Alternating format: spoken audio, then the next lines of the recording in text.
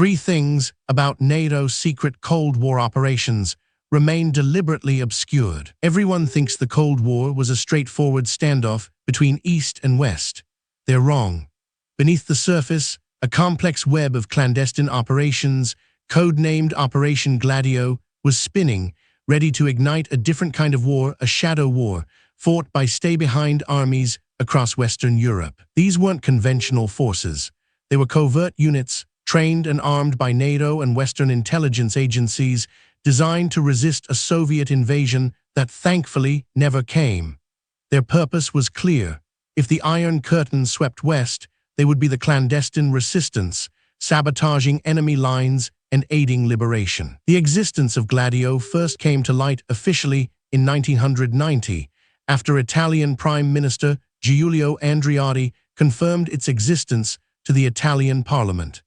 This admission cracked open a Pandora's box, revealing a decades-long secret that stretched across numerous European nations. The initial justification was pure Cold War pragmatism, a defensive measure against a potential Soviet blitzkrieg.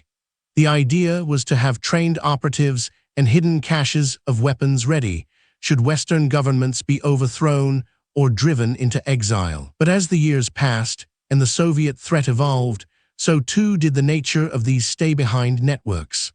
The lines between defensive preparation and domestic political interference began to blur, leading to a much darker and more controversial legacy. The operations were deeply compartmentalized, often known only to a select few within national intelligence agencies and NATO clandestine planning committee.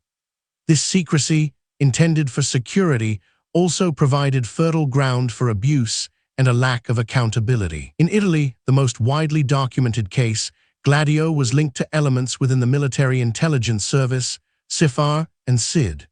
Their activities extended far beyond simple anti-invasion planning, becoming entangled in Italy's tumultuous domestic political landscape of the years of lead. The years of lead saw a wave of political violence, bombings, and assassinations from the late 1960s to the early 1980s.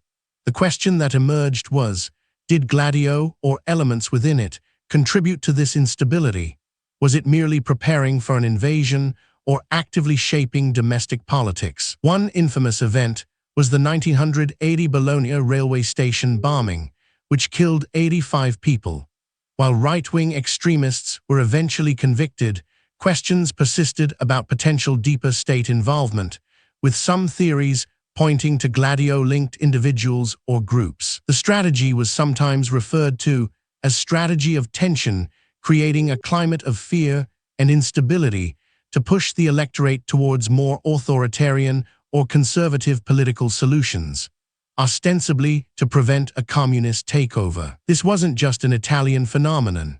Similar stay-behind networks were uncovered or strongly suspected in Belgium, France, Germany, Greece, the Netherlands, Portugal, Spain, and even neutral countries like Switzerland and Austria. In Belgium, a 1990 parliamentary inquiry confirmed the existence of a Gladio-like network called Estra 8.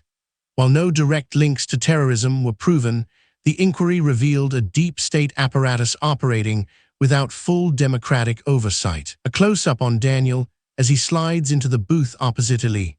Soft 3/4 backlight from an overhead pendant rims his hair in warm gold. Midnight indigo shadow fills the corner of the diner, setting a mood of hushed intrigue. The European Parliament, in 1990, passed a resolution condemning Gladio, urging member states to investigate and asserting that the setting up of clandestine action networks has escaped all democratic control. This was a significant political rebuke. The United States, through the CIA, played a foundational role in establishing and supporting many of these networks. While the official stance was always defensive, the extent of American knowledge and involvement in the network's later, more controversial activities remains a subject of debate. Ali at a back booth, passport flat on the table, picking the crust off cold toast.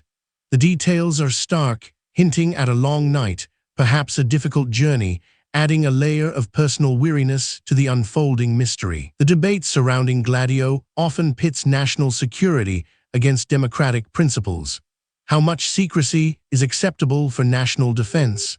At what point does a stay-behind network become a deep state actor, undermining the very democracy it purports to protect? The controversy highlights the inherent dangers of unchecked power and the potential for unintended consequences in clandestine operations. What starts as a defensive measure can, over decades, morph into something far more ambiguous and potentially harmful. Even today, decades after its partial reveal, the full scope of Operation Gladio remains shrouded in mystery. Many documents remain classified, and the direct links between stay-behind networks and specific acts of terrorism are still fiercely contested. The legacy of Gladio serves as a potent reminder of the complexities and moral compromises inherent in the Cold War. It forces us to confront uncomfortable questions about the methods employed to win the ideological struggle and their long-term impact on democratic societies. It's a story of good intentions potentially gone awry, of necessary evils becoming simply evil, and of the enduring struggle to balance security with freedom in a world perpetually on edge. The revelation of Gladio forced a re-evaluation of post-war European history, adding a layer of calculated cynicism to narratives once seen as purely heroic. It exposed the deep, often hidden, fault lines within Western democracies themselves. The implications of Operation Gladio resonate even today, influencing debates about government transparency, intelligence oversight, and the enduring power of unelected forces within the state.